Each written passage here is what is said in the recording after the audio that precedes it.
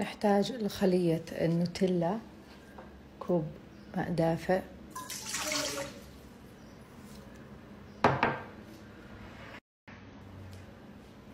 ملعقة كبيرة خميرة،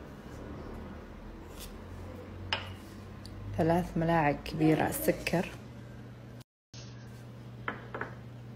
3 ملاعق كبيرة حليب بودرة،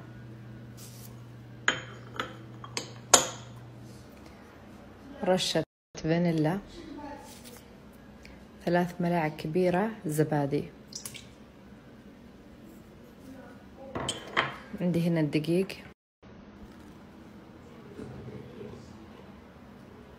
وعندي هنا ملعقة صغيرة بيكنج بودر. أبعجن هذه المكونات.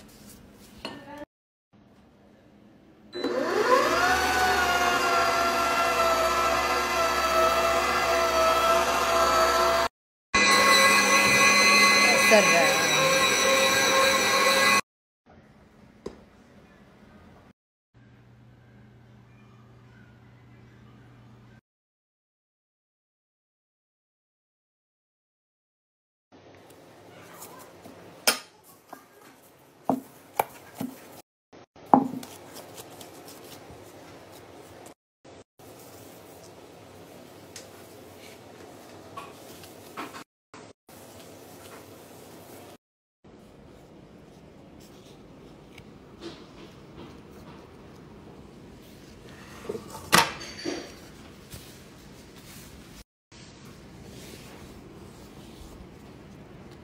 شوفوا عجينتي تبارك الرحمن كيف تخمرت، جاهزة للخبز.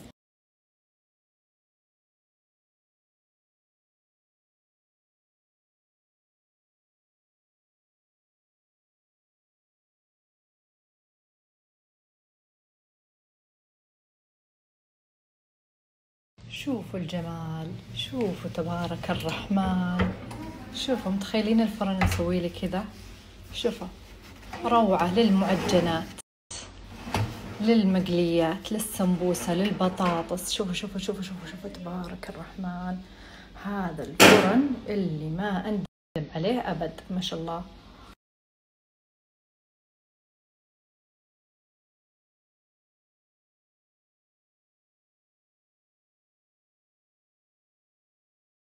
أول ما تطلع طبعا أنا وش بسوي فتحات كذا علشان بدخل فيها النوتيلا أو الشوكولاتة.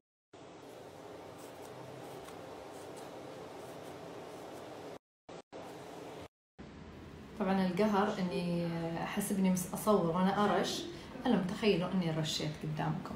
طيب رشيته بالسكر بودرة على خفيف.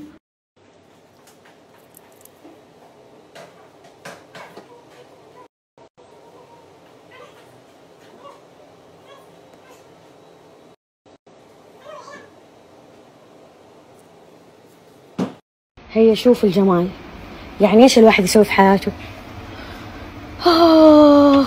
ما شاء الله يا اخي، مرة حلو مرة حلو.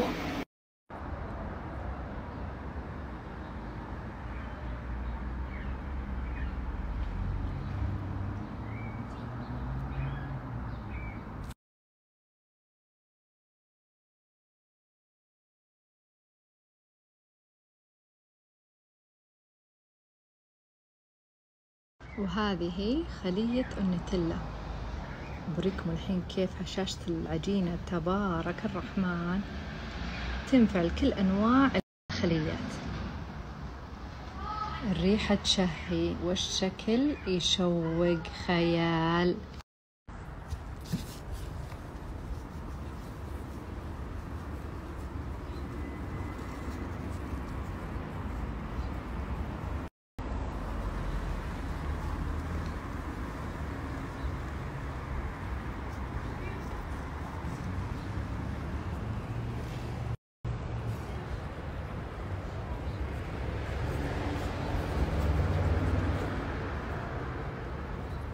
غيمة غيمة تبارك الرحمن. شوفوا معي، شوفوا كيف محشية نوتيلا، يا سلام سلم، جنن، لازم تجربونه.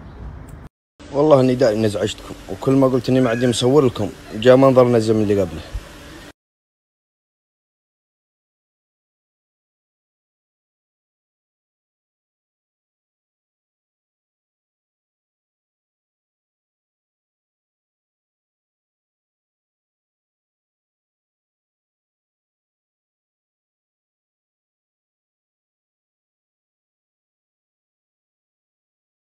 ما يحتاج اني امدح طابخي ولا شيء، الحمد لله عارف وزنيتي وعارف كل شيء. انا لو اطبخ لكم يوم في الديوانية يمكن نص